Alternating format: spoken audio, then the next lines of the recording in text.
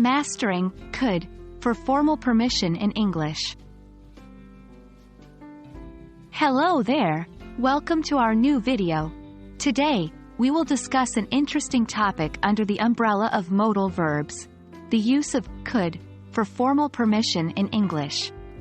This is an integral part of mastering English language and will help you sound more polite and respectful in formal situations. So, let's get started. Modal verbs are a small class of auxiliary verbs used mostly to express modality, that is, likelihood, ability, permission, and obligation. The word could is a modal verb. Other examples include would, should, might, and may. Today we're focused on could, specifically in the context of formal permission.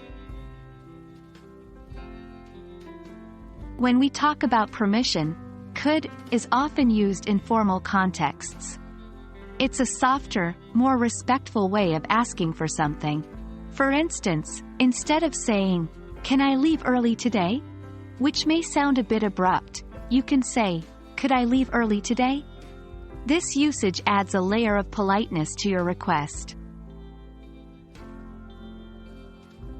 Let's look at some more examples to clarify this usage. Could I borrow your pen, please? This is more polite than, "Can I borrow your pen?" Could we possibly reschedule the meeting? This sounds more respectful than, "Can we reschedule the meeting?" Could you open the window, if you don't mind? This is softer than, "Can you open the window?" Notice the use of please and if you don't mind alongside could. These are additional politeness markers, making your request even more respectful. Remember, while could is used for polite requests or to ask for permission in a formal setting, can is used in more casual or everyday situations. It's all about the level of formality and politeness required by the situation. And that wraps up our session on using could for formal permission in English. Remember, it's not just about asking permission, but how you ask it.